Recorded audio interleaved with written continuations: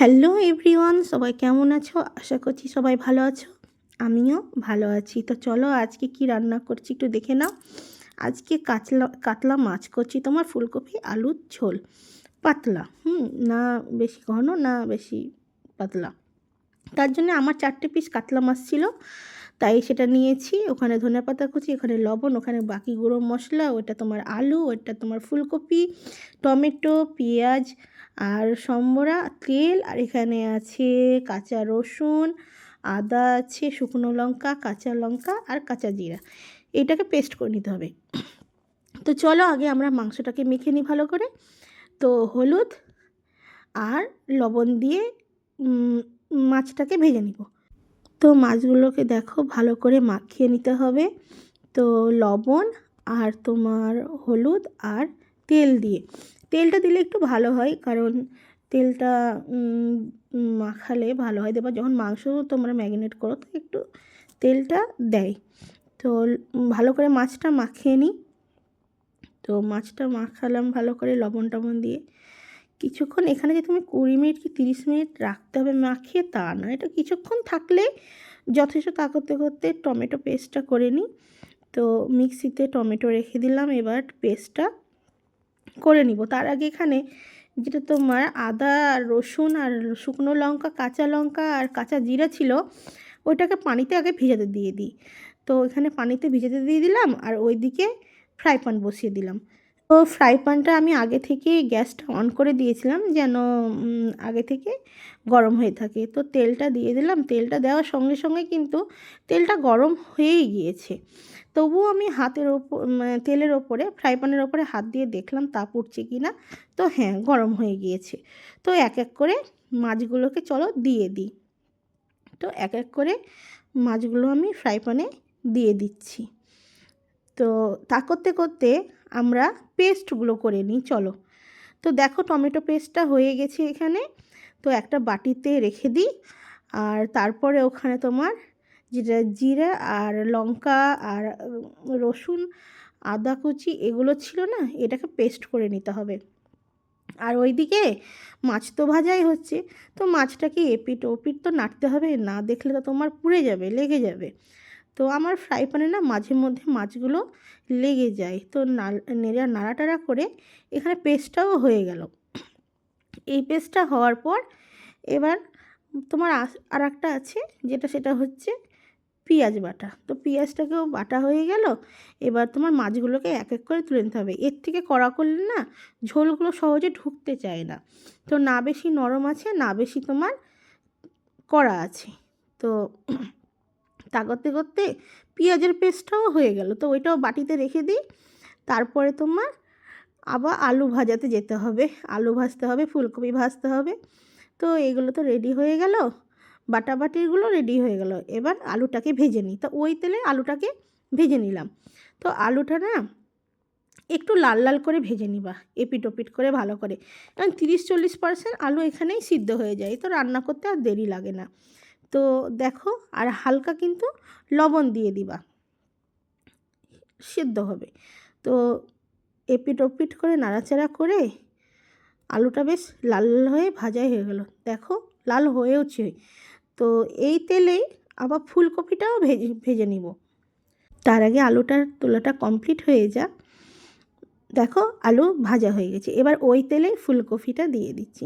ফুলকপিতেও হালকা কিন্তু লবণ দিয়ে দিবা। ফুলকপি তো প্রচুর তেল টানে। তো দেখো কতটা তেল ছিল। এখন সব মনে হচ্ছে ফ্রাই প্যানটাকে শুকিয়ে দিয়েছে, শুকনোর মতন মনে হচ্ছে না যে আমি তেলই দিইনি। তো ভাজাও হয়ে গেছে, দেখো লাল লাল করে ভাজাও হয়ে গিয়েছে। এর থেকে তো বেশি ভাজলে মনে হবে পুড়েই গিয়েছে। তো ফুলকপিটা চলো তুলেই নিই। তারপরে তোমার একটা কড়াই বসিয়ে দেবো। কড়াইয়ে সাদা তেল আমার অলরেডি একটু ছিল। তো আবার তাতে সর্ষের তেল দিয়ে দিলাম। এবার সর্ষের তেল দেওয়ার পর ওখানে তোমার সম্বরা আছে আর তোমার আছে কাঁচা লঙ্কা। তা করতে করতে গুঁড়োগুলো মশলাগুলো প্লেটে রেখে দিই। রোজ কিন্তু আমি বেশিরভাগ পেস্ট করে নিই, কিন্তু কালকেও আমি পেস্ট করে নিই মাটন রান্নাতে দেওয়ার সময়।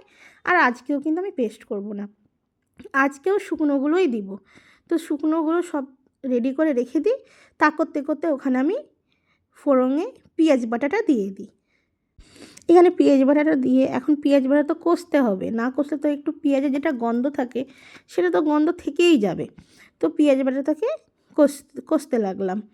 তো যত কষবা গন্ধটা চলে যাবে। কষা হলো, যেটা পেস্ট করলাম তোমার আদা রসুন কাঁচা জিরা শুকনো লঙ্কা কাঁচা লঙ্কার পেস্ট করলাম যেটা, সেটা দিয়ে দিলাম। তবে সেটাতেও তো আদার রসুনের তোমার গন্ধ থাকে, তো সেই গন্ধটা কাটানোর জন্য ভালো করে কষতে লাগলাম। আর বাকি যেগুলো গুঁড়ো মশলা ছিল, ধনে জিরে লঙ্কা কাশ্মীরি লঙ্কা হলুদ, এগুলো দিয়ে দিলাম। দিয়ে নাড়াচাড়া করতে লাগলাম। দেখবা এবার আস্তে আস্তে তেলটা বেরিয়ে আসবে, দেখো কত সুন্দর লাগছে। এবার টমেটো বাটাটা দিয়ে দেবো। টমেটো বাটা দিয়ে, এবার টমেটোর তো একটা কাঁচা কাঁচা গন্ধ থাকে, যত কষবো তত ভালো। তো টমেটোটাকে কষতে লাগলাম। আর যখন ফের টমেটোতে দেখো তেল বেরোচ্ছে, আস্তে আস্তে দেখো তেল বেরোচ্ছে, তেল কিন্তু বেরিয়েই গিয়েছে। এবার কিন্তু আলুটা দিয়ে দিব, আলু দিয়ে কষতে লাগবো। আলু দিয়ে দেখো কষছি, দেখতে কত সুন্দর লাগছে, খুবই সুন্দর লাগছে দেখতে। আর রান্নাটাও খুব সুন্দর হয়েছে, একদম খুবই সুন্দর হয়েছিল।